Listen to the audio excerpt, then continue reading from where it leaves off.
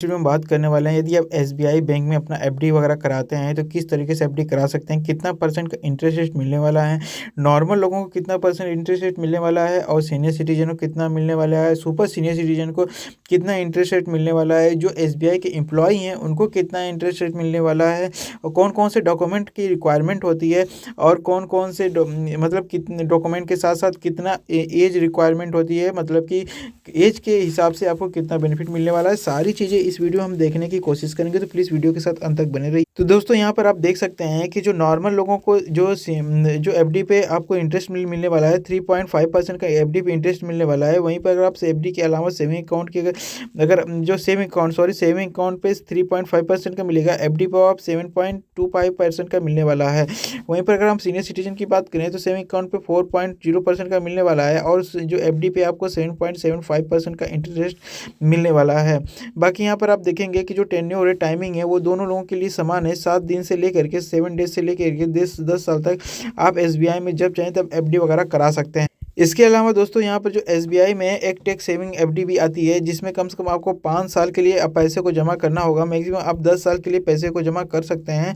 और यहाँ पर आप देख सकते हैं कि जो आम लोगों को 6.5% का इंटरेस्ट रेट मिलने वाला है, जो सीनियर सिटीजन है उनको 7.5% का इंटरेस्ट रेट मिलने वाला है। बाकी दोस्तों यहाँ पर आप देख सकते हैं कि जो अगर आप एसबीआई में अगर आप 444 दिन मतलब कि 4,444 की अगर 444 दिन के लिए एफडी कराते हैं तो आपको सबसे हाईएस्ट 7.25% का आपको इंटरेस्ट रेट मिलने वाला है।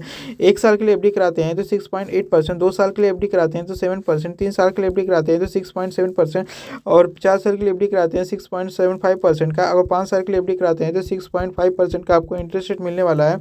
और वहीं आप टैक्स सेविंग एफडी कराते हैं तो आपको 6.5% का इंटरेस्ट रेट मिलने वाला है, जो कि सबसे कम इंटरेस्ट आप सोच सकते हैं, सबसे कम इंटरेस्ट रेट मिल रहा है। और अभी क्यों ऐसा मैं ये क्यों कह रहा हूँ, क्योंकि इसमें आपको जो टैक्स सेविंग एफडी है इसमें कम से कम आपको 5 साल के लिए पैसे को जमा करना ही पड़ता है।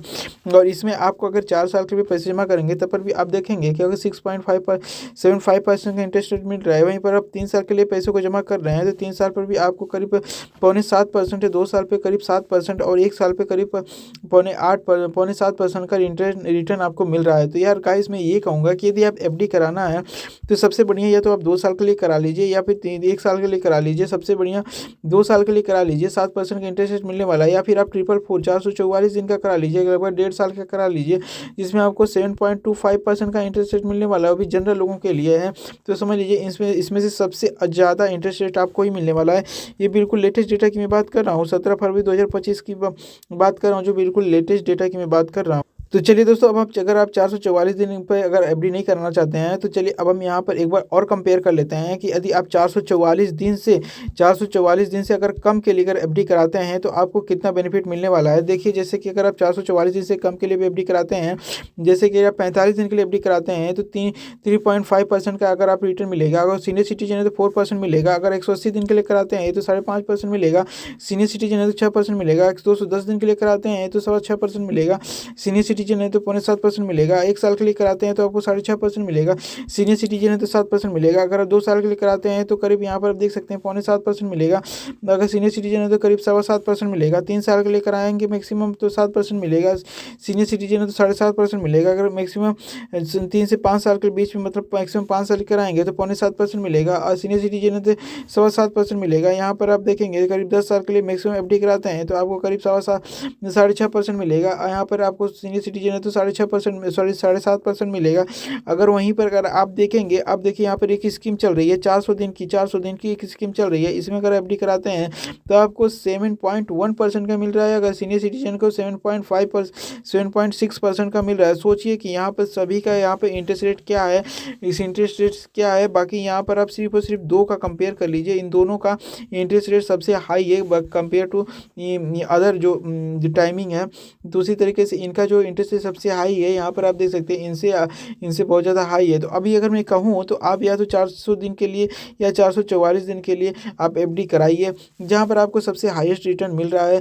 बाकी उसके बाद आप कम से कम 1.5 साल 2 साल आपका निकल जाएगा, 1.5 साल का अप्रॉक्स 1.5 साल निकल जाएगा। फिर उसके बाद और स्कीम आएगी, तो जब आपका अगर 1.5 साल बाद आपको इतना परसेंट का रिटर्न मिल रहा है, तो उसके बाद जो पैसा आप वहाँ से निकाल करके उस पैसों को आप दोबारा कहीं और जमा कर सकते हैं, कोई दिक्कत नहीं है। फिर इस तरीके से अपने पैसों को आप ग्रो कर सकते हैं। सो दोस्तों, हमने तो यहाँ पर बात कर लिया कि आपको आपको जो है कौन कितना परसेंट का इंटरेस्ट रेट मिलने वाला है। अब हम एलिजिबिलिटी क्राइटेरिया की बात कर लें, तो आप कितने कौन-कौन लोग इस एलिजिबल हैं। जैसे कि यदि अब आपकी एज 18 साल है, तो आप इसमें एलिजिबल हैं। अगर आप अपने पेरेंट के साथ अगर इसमें एफडी कराते हैं, तो आप आराम से करा सकते हैं, यदि आप नाबालिग हैं। लेकिन यदि आप 18 साल से ऊपर हैं या 18 साल हैं, तो आप इसमें एलिजिबल हैं पैसे तो एफडी कराने के लिए। यदि आपके पास पैसा है तो एफडी करा सकते हैं। बाकी यहाँ पर अगर आप भारतीय रेसिडेंट हैं, तो भारत के निवासी हैं, तो आप इसमें एफडी करा सकते हैं। बाकी अगर भारत के निवासी नहीं हैं, तो आप भी एफडी करा सकते हैं, कोई दिक्कत नहीं है। बस आपको जो है भारत के जो निवासी हैं उनसे कम पैसे, थोड़ा सा इंटरेस्ट रेट आपको कम मिलने वाला है। बाकी यहाँ पर जो डिपॉजिट का कम अमाउंट है, आप मिनिमम 1,000 से डिपॉजिट कर सकते हैं, जो कि कुछ बैंकों में 5,000 या फिर कुछ बैंकों में 10,000 भी रहता है मिनिमम डिपॉजिट। तो यहाँ पर आप 1,000 रुपये से भी मिनिमम डिपॉजिट आप कर सकते हैं। बाकी यहाँ पर जो डॉक्यूमेंट की रिक्वायरमेंट है, आप आधार कार्ड दे सकते हैं, पैन कार्ड दे सकते हैं और अपना बिजली का बिल और पासपोर्ट भी दे सकते हैं। साथ में आपको पासपोर्ट साइज़ का 2 फ़ोटो भी 2 से 3 फ़ोटो आपको देना पड़ेगा। बाकी अगर आप सीनियर सिटीज़न में आते हैं, तो सीनियर सिटीज़न के लिए भी आपको अलग डॉक्यूमेंट चाहिए। आपको जो है, अगर आप कहीं से रिटायर हैं, तो रिटायरमेंट सर्टिफिकेट चाहिए। बाकी यहाँ पर आप जो है 70 साल मतलब कि अगर ऊपर हैं, जैसे कि सुपर सीनियर सिटीज़न में अगर आप आते हैं, तो आपका उसका उसका आपको सर्टिफिकेट लगाना पड़ेगा। सुपर सीनियर सिटीज़न का सर्टिफिकेट आपको लगाना पड़ेगा। उसके बाद आपको जो भी आपको अतिरिक्त जो बेनिफिट मिलेगी, जो नॉर्मल लोगों के कंपेयर में अधिक बेनिफिट मिलेगी, वो आपको मिल पाएगी।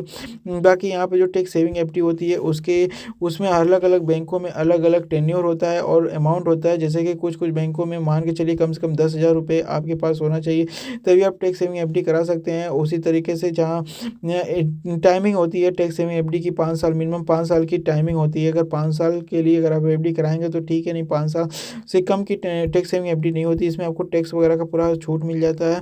बाकी यदि आप जिस भी बैंक में एफडी कराना चाहते हैं, तो उस बैंक में ऑफिशियल वेबसाइट पर जाकर के एक बार समझ लें। अगर नहीं समझ में आए फिर भी, तो आप हमें कमेंट में पूछ सकते हैं। बाकी आप जाकर के जिस भी बैंक में एफडी कराना चाहते हैं, उस बैंक पर जाकर के विजिट करेंगे, तो वहाँ पर जिस भी, चाहे गवर्नमेंट हो चाहे प्राइवेट हो, आप एफडी कराएँगे तो वहाँ पर बिल्कुल विस्तार से आपको बहुत सही तरीके से कोई बंदा वहाँ का एम्प्लॉय मिल जाएगा और आपको बहुत बेहतरीन तरीके से समझा देगा।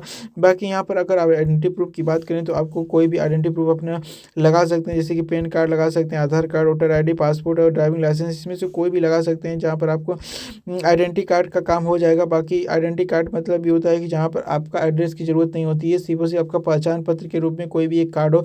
बाकी एड्रेस प्रूफ आपको चाहिए, तो वहाँ पे एड्रेस प्रूफ कंपलसरी है। जैसे कि आधार कार्ड पर एड्रेस प्रूफ होता है, पासपोर्ट पे भी एड्रेस होता है, वोटर आईडी कार्ड पे भी एड्रेस होता है, ड्राइविंग लाइसेंस पे एड्रेस होता है, बिजली का बिल, पानी, टेलीफोन का बिल, इन सब पे एड्रेस होता है। सिर्फ और सिर्फ पैन कार्ड पे एड्रेस नहीं होता है, तो पैन कार्ड यहाँ पर नहीं लगा सकते हैं एड्रेस प्रूफ के तौर पे।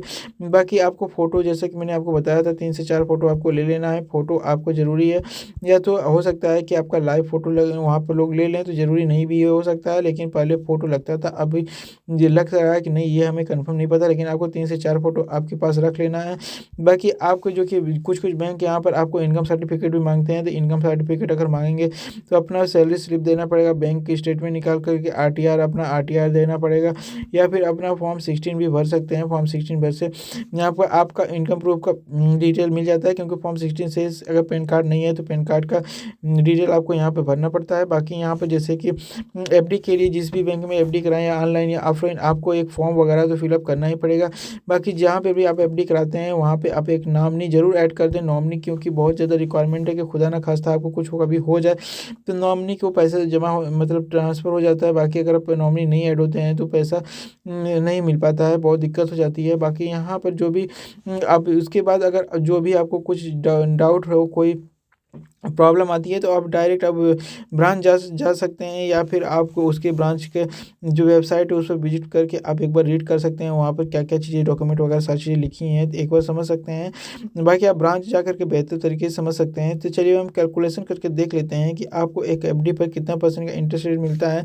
जैसे कि यहाँ पर आप देख सकते हैं कि यदि हमने 10 लाख रुपये इन्वेस्टमेंट करते हैं, तो 7% के हिसाब से 5 साल के लिए हमें 4 लाख 14 हज़ार रुपये तक हमें मिल जाएगा। मतलब कि 14,04,14,000 हमें बहुत ही आसानी से मिल जाएगा। बाकी 8 लाख पे हमें 7% के हिसाब से 3 साल के लिए हमें 1,85,151 रुपये मिलेगा। हमें टोटल जो मिल जाएगा 9,85,151 रुपये हमें मिल जाएगा। बाकी अगर हम नीचे देखें तो यहाँ पर जैसे कि 3 लाख रुपये हमने इन्वेस्ट किया, 3 लाख पर हमने कितना मिला, कितना परसेंट का इंटरेस्ट रख रहे हैं यहाँ पे 8% का इंटरेस्ट रेट हम रख रहे हैं 3% के हिसाब से।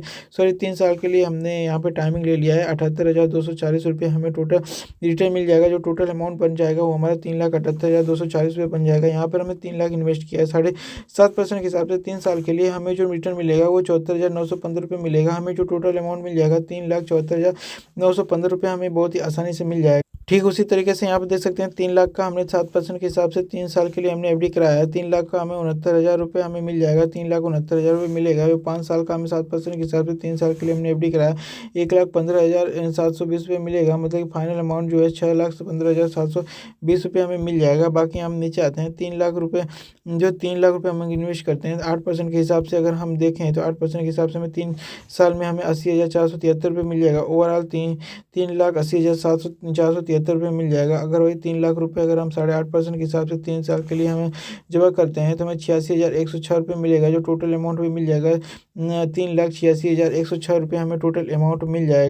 ठीक उसी तरीके से यहाँ पर देख पाएंगे कि अगर 3 लाख रुपए आपने जमा किया है, 3 लाख में आपको 7.4% का आपको इंटरेस्ट मिल रहा है, 3 साल के लिए मिल रहा है, तो आप 73,812 रुपये आपको मिल जाएगा। टोटल अमाउंट आपको मिल जाएगा 3,73,812 रुपये मिल जाएगा। वहीं पर आप 3 लाख रुपये अगर आप 7% के इंटरेस्ट के हिसाब से 3 साल के जमा करते हैं तो आपको 3 लाख रुपये आपने इन्वेस्ट किया है 69,732 रुपये मिल जाएगा। और टोटल जो अमाउंट हमें मिल जाएगा 3,69,732 रुपये हमें टोटल अमाउंट का मिल जाएगा। इस तरीके से आप समझ सकते हैं कि मैंने आपको एक कैलकुलेट करके भी बता दिया है कि इतना अमाउंट पे आपको, इतना इंटरेस्ट पे आपको कितना अमाउंट आपको फाइनल मिलने वाला है। तो गाइस आई होप कि आपको ये वीडियो पसंद जरूर आई होगी। पसंद आई हो तो प्लीज़ वीडियो को लाइक करिए, चैनल को सब्सक्राइब करिए। मिलते हैं नेक्स्ट वीडियो में, तब तक के लिए नमस्कार, जय हिंद।